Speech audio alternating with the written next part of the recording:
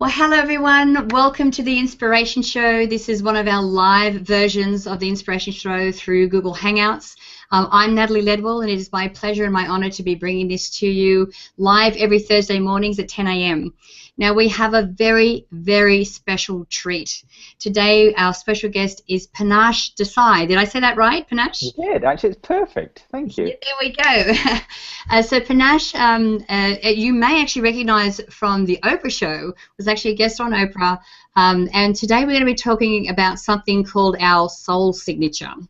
So in the spirit of the show, Panache, why don't we start first of all with just your story and how you got into doing this type of work?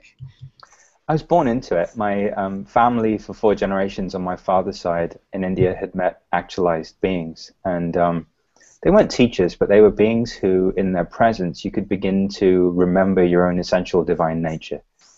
And my mother, before she had me, had a stillborn baby girl. So when she was 3 months pregnant with me, she went to India to be blessed for my birth, and she met one of these beings.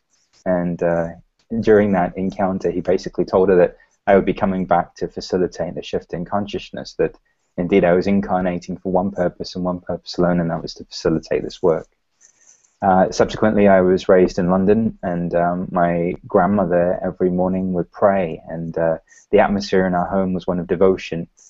You know, she was this really sweet Indian lady who smelled of coconut oil, and every morning she'd light incense and say her prayers, and she'd pray for all of us, for our health, for our abundance, you know, for everything, so that our lives would be lived in alignment with divine order.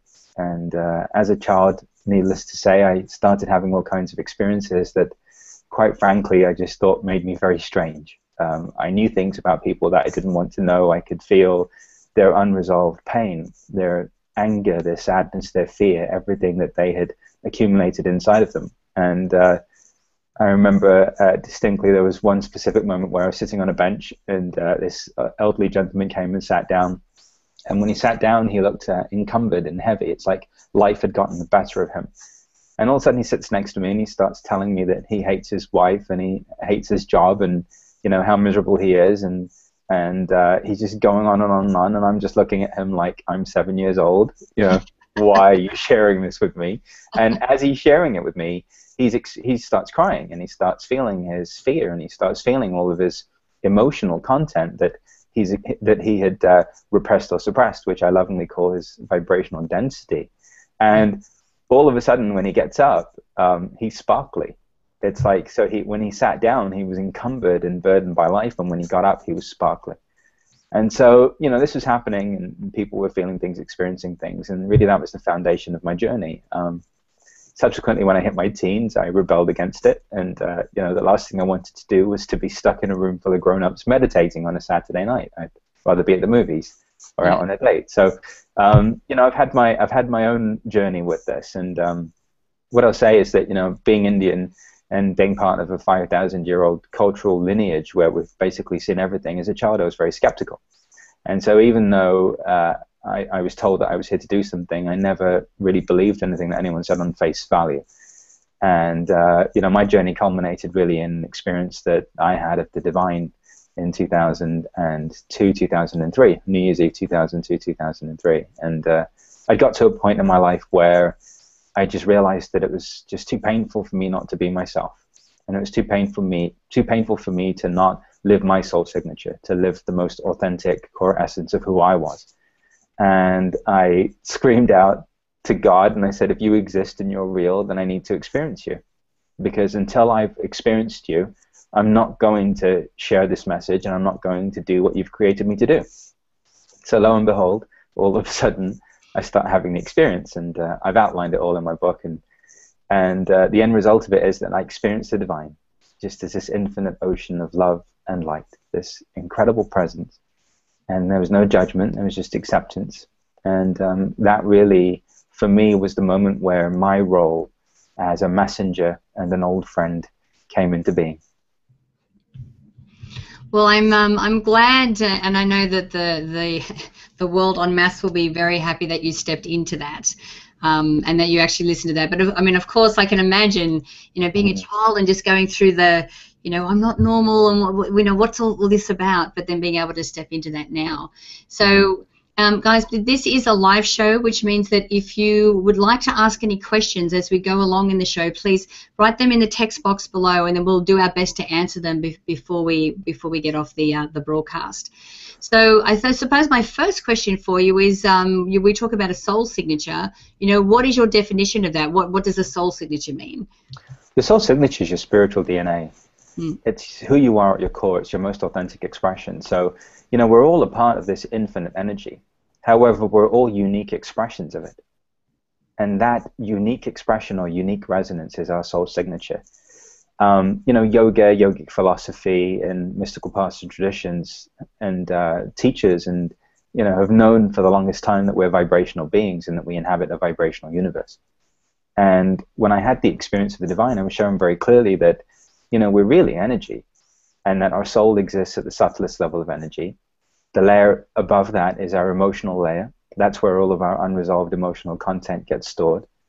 That then in turn informs our unconscious mind. That informs our conscious mind. And then finally that informs our body.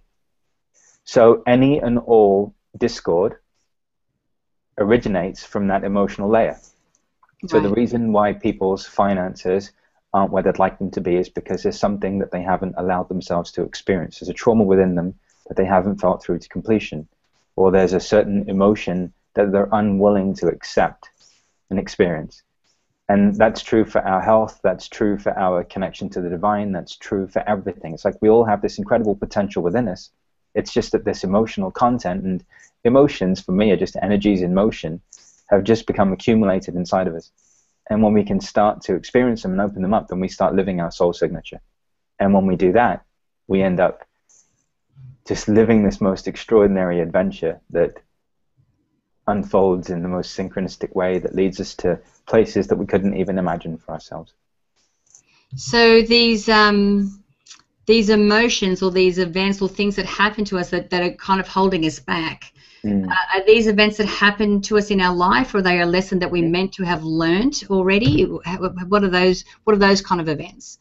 Well, it's basically like the tears that we were unwilling to cry. It's like, being on the playground and, somebody says something, awful about you, and in that moment, it's like you'll make a decision not to cry instead of just feeling the sadness. Yeah. Well, what happens is that, energy can shift states. And so can our emotions. So, for example, when we don't experience our sadness, it accumulates and accumulates inside of us until eventually it becomes depression. But in the same way that it can become heavier and denser, it can also become lighter and move through us, you see, because ultimately it wants to stay in a state of flow. It's the same thing with our anger. Ultimately something happens in life and we're triggered, but we won't experience our anger because it's socially unacceptable. And it's not been modeled to us in a way that's constructive. Typically, anger is only ever modeled to us in a way that's destructive.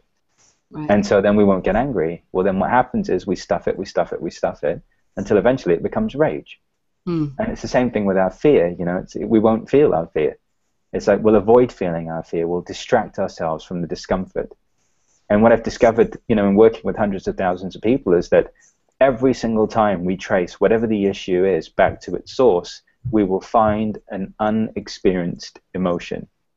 There is something on that emotional level that they are unwilling to feel. And that actually when we feel it, literally we can shift their energy and shift their lives. Wow. So, I'm just thinking back to maybe a situation, that most people find themselves in. Let's say it's like an ongoing situation, and they go, okay, well, this is upsetting me and this is hurting me. Well, so for my own self-preservation, I need to not allow this to hurt me anymore. And so I would imagine that most people that you come across have something that they've held back or that they've suppressed. Does it apply to everybody? Yeah, it does. Yeah, you see, we receive really bad training on this planet. Yeah. It's like it's not okay to feel. It's not okay to experience. Like it's okay to experience certain emotions, but it's not okay to experience them all. Yeah. But just imagine, like, let's say in that moment, you could actually accept your anger, you could accept your fear, you could accept your sadness, and you could actually just experience it inside of you. The more we can accept anger as a part of our experience, the less we act it out. Because it begins and ends inside of us. Literally, every emotion can begin and end inside of us. And at that point, we don't accumulate this heaviness. We don't accumulate this density. And then we live in a greater alignment with our true purpose. You know, we're you know, enlivened with our passion, and our passion is what drives us, and we tap into this state of joy that is just there and ever present in every moment. And so, you know, the end result of our willingness to feel and to be human is that we become peaceful in the midst of whatever's going on. Mm-hmm. Cool. So, I mean, I'm even thinking about, you know, society and how we are, like, you know, even with young boys, you know, we're told boys don't cry. Boys don't cry. You know, you got to toughen up. You've got to be tough. And especially being Australian, I'm like, oh, our whole nation is tough. Yeah. I'm just imagining how, you know, a lot of us are actually doing that and suppressing all of those emotions. So Yeah. how do we identify if we are doing that, and how do we release them? Well, the first place to look is in your life. You know, if your finances are dwindling, you're struggling financially, then there's something that you need to look at. Same thing with your health. Same thing in your relationships. You know, our lives are an indication of our vibrational state and our personal energy, you know, or how in alignment we are with our soul signature. And so, you know, anywhere where there's a struggle, there's a crisis, there's a challenge, there's an unresolved energy playing out inside of you that wants your attention. And all that's required is our willingness to become aware of what that is. Once we become aware of it, we can then be open to experiencing it. And once we've felt it, at that point, our personal frequency elevates. And then the universe and our reality meets us in a broader way. You know, it's literally, you know, where there was this inability to receive financial prosperity, all of a sudden when we deal with the underlying energy that's there, people can flourish. Same thing with health challenges, you know, where there's any disease or illness. What I've discovered is that in the majority of cases, when we can identify what the emotion is and we're open to experiencing it, in the majority of cases, the disease goes away, you know, and that's true. And the same thing in relationships. It's like, you know, the more we can love and accept who we are, the more then in turn we can be available to love and accept those around us. And so there's an incredible simplicity and incredible power in this. And all that's required is our willingness to be who we've been designed to be and to feel everything there is to feel, because our feelings are our point of connection. Yeah. Yeah, no, I don't know if you know this, but towards the end of last year, Glenn and I separated. And it's a great thing. We just realized that our marriage had run its course, and we're still great business partners and really good friends. We're just not meant to be married anymore. And I remember after the first separation first happened, I'm like, I really need to, if I'm sad, I need to feel sadness. I need to be able to feel it and then move through it. And because, you know, and honestly, and I'm being really open here, before that, I mean, you know, we knew that the writing was on the wall, that things weren't going well in our marriage, and so I was, you know, drinking every day. So I stopped drinking alcohol, so I stopped numbing out, and then actually went through and felt those emotions and moved through them. And to be honest with you, I dropped 20 pounds in about 3.5 weeks. Yes. And it wasn't because I was stressed. It was because all of a sudden it was like this big release of emotion and release of I don't need this anymore, and being able to move through those emotions. It really made this significant change to my mind and my body. Yeah, it does. Actually, the funny thing is that when we're willing to feel whatever there is to feel, our body can naturally come back into harmony. Yeah. And literally, those things that we've been trying to change or fix or, you know, improve, by themselves evolve into their grandest expression. Yeah. And so that's why this is so cool, because, you know, we're really engaging in a conversation that people have yet to tap into and to access. And I think that, you know, this book and all the information that's in it is really going to support people in doing that. One of the chapters is on addiction, and I've actually restated it to be distraction. You know, so often in life we're distracting ourselves from feeling, and distractions can come in all forms. You know, you can TV, or you can social media, or you can overeat, or, you know, sex or drugs or alcohol, and all these things are doing, they're just robbing us of our life force. They're robbing us of our calm, our serenity, our power and possibility. And so the more we can begin to be available for life and be open to feeling what there is to feel inside of us, the more our life starts to take off. And I've seen it, you know, hundreds of thousands of times from people all over the world, regardless of their upbringing.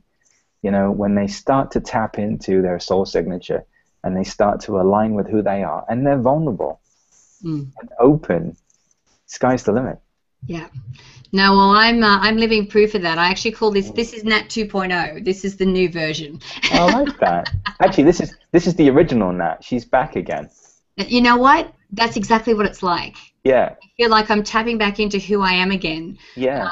And I'm not deflecting, not numbing, not trying to get my mind on something else. I'm really just stepping back into who I really am. And it's just my happiness levels and everything is just incredible. Like I haven't experienced for a long time. Have we got time to do just a quick something with you? Absolutely, yes. Okay, just close your eyes for me. Okay. Okay, and in your mind's eye, just see your ex-husband or soon-to-be ex-husband. And all I would like you to do is just to see yourself giving him a hug. And just breathe and just relax your body. And just be open to feeling whatever there is to feel inside of you. And I'd like you all to do this. Anywhere in your lives where you have a tumultuous relationship or a relationship has ended, maybe it's a divorce, it's a breakup, whatever it is, just see the individual, see the person in your mind's eye and just see yourself giving them a hug. And then just breathe and relax and be open to feeling whatever there is to feel around that relationship. And that, just for everyone who's tuning in, how do you feel? Like, what's going on inside of you as you're doing this? I mean, honestly, I have nothing but love for him. Yeah. You know, I don't. It's like, we don't blame each other. We understand things that happened, and we grew apart. And we're going in different directions, which is cool. But honestly, there's not another person on the planet that I love and respect more than him. You know, I really, honestly want the best for him. You know, and we our lives are both improved because we were able to come to this decision that had plagued us for a while. Yeah, you know, I often speak to people who leave relationships, and you know, this exercise proves to be so powerful for them because often we sign a piece of paper and we think we've moved on, you know, and you know, the love's gone, and you know, and you know, all of a sudden something shifted. But what people don't realize is that when you've loved someone, the love never goes away. It just changes forms. Exactly. And the more you can embrace whoever the individual is and be open to feeling whatever there is to feel inside of you, the more you then move into a place of vibrational forgiveness. Yeah. And then when you engage in a relationship or you start to move on in your life, you'll attract people into your reality that are in a completely different vibrational place. Yeah. You know, so often in life people leave a relationship and they end up choosing the same person in a different body over and over and over again. And this is one way to ensure that we really move on and we feel everything there is to feel, and it's vibrational forgiveness. Yeah. Oh yeah, it was an emotional roller coaster there for a while, but like I said, it was I really needed to do that. So Panache, thank you so much for joining me today. We've had such a great show, and I really appreciate you going through that process as well. Because you know, I agree. I think there is, you know, when, like I said, when we look at our situation, there is no blame. We both contributed different things, and I think that, you know, and I know, I speak for Glenn as well, that we really do still love each other that much. We just realized that our relationship just transitioned into something different. Yeah. But it's great, you know. And that's such a beautiful way to look at it, you know. That's an incredible way to see it. And I love you. Thank you so much for just sharing so vulnerably and just authentically. Like, what a neat interview. That's awesome. Thank you, Nat. Well, thank you for joining me. Now, so where is the best place that we can send people if they want to find out more about you and the book and the work that you do? Well, you can actually go to my website. It's panachedesai.com, and Panache is Panache, and then my last name is DESAI.com. And my book's available for pre-order through Amazon and Barnes & Noble, so make sure you get it and spread the word. And I can't wait to share this incredible journey of discovering your soul signature with you. Wonderful. And I hope that you are narrating the audio version of the book, because I like to listen to a lot of my books on audio. So I did actually, yeah. I actually took 2.5 days and went in the studio and actually narrated it myself, and it was just the most incredible experience because, you know, underneath the words is the energy of the message, and it actually becomes a meditative experience for people to receive. So, and the book is that too. It's a vibrational tool. So I'm just excited. Yeah. Excellent, excellent. So, guys, look, thank you again for joining us today. Now, if you're on our Inspiration Show page, make sure that you share this video. Please get the word out there. You can do that by clicking the Facebook and the Twitter share buttons on this page.